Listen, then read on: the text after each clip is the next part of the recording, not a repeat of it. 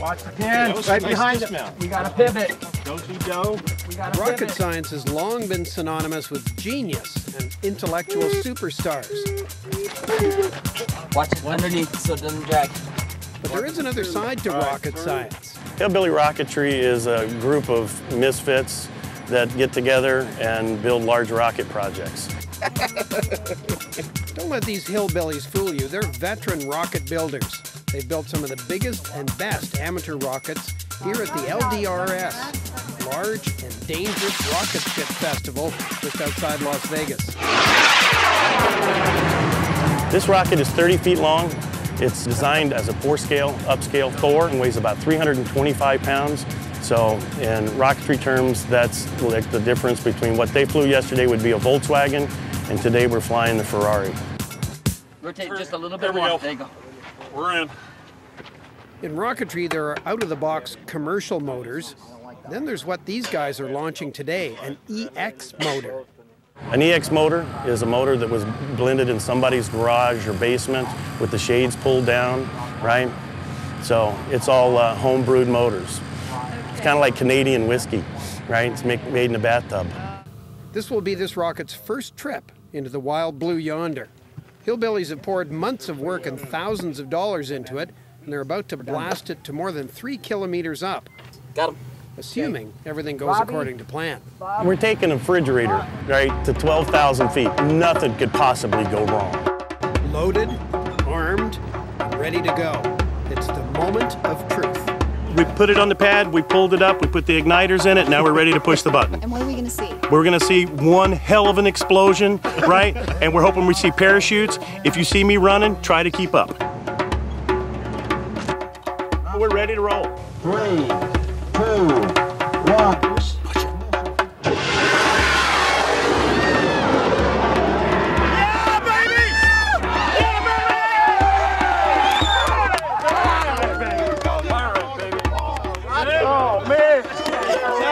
How did it go? Nobody died. It flew. We don't have to go eat all of our words, all the we've talked all week long. The fuel that was used in that rocket right there is the exact same type of composite that the space shuttle flies on. Right? We've got a couple of proprietary things that we can't talk about that Don uses because we don't want NASA flying back and forth to the space shuttle every day.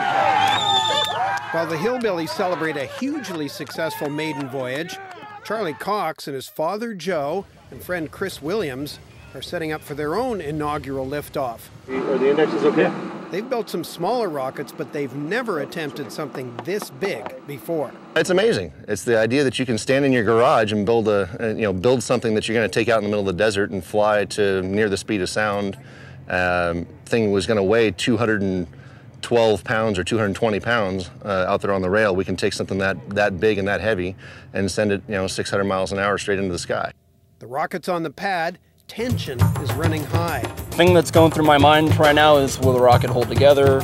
Will the parachutes deploy on time as intended? Will the motor blow up, or will it be a successful burn? A lot could go wrong. 4, 3, 2. Hold on. We got aircraft. Turn it off. There are some things you just can't plan for. One more time. 5, 4, 3, 2, 1.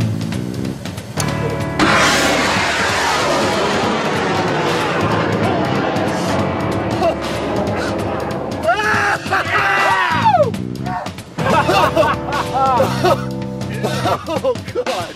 It's a great launch. Everything seems good. We saw an event, drogue's out. The drogue didn't open.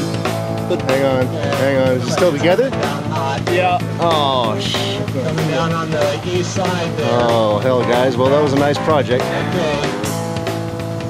We have an event. Separated and pulled the drogue out. It pulled the drogue out. Ripped it apart, but it pulled the drogue out. Something on Nose cone's coming down on it. No. Nose cone's coming down on the drogue, though. It's tangled. Shoot, maybe not open on the No, what is that? Tail That's cone the coming payload down on bit. the drogue. Tail cone isn't attached to the drogue.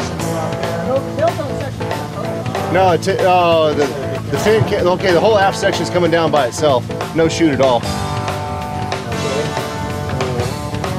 Oh, that's going to be a mess. This news isn't good. The Looks like the drogue chute was the problem. It wasn't strong enough, so it ripped to shreds, meaning the rocket was in free fall. Now they got to find it and see how badly it's damaged. Absolute total damage. We ripped out our shot cord mounts. We busted a fin. We also lost the motor casing, which is floating out here on the lake bed someplace. All from that initial jolt. Our recovery system failed. The little parachute that was supposed to come out at the top came out, and when it did, it promptly fell apart. So it didn't slow it down very much at all, and actually it didn't slow it down. So when it popped out that great big parachute, it was probably doing 300 miles an hour, and 300 miles an hour on a rocket that weighs, after burnout, 180 pounds, sheared this 1,800 pound test recovery harness. So it's tubular nylon, and actually it's really strong stuff, and it sheared it anyway. Lift it up. It's disappointing, but they're not ready to give up yet. If it were too easy and too simple, everybody would be doing it. There are very few people who build rockets this size and fly them successful. We're not yet in that group because this wasn't a successful flight. So, you know, just makes me want to try again. So there are a few repairs to be done. Still, it was pretty good for their first time. After all, this is rocket science. This thing gonna reach max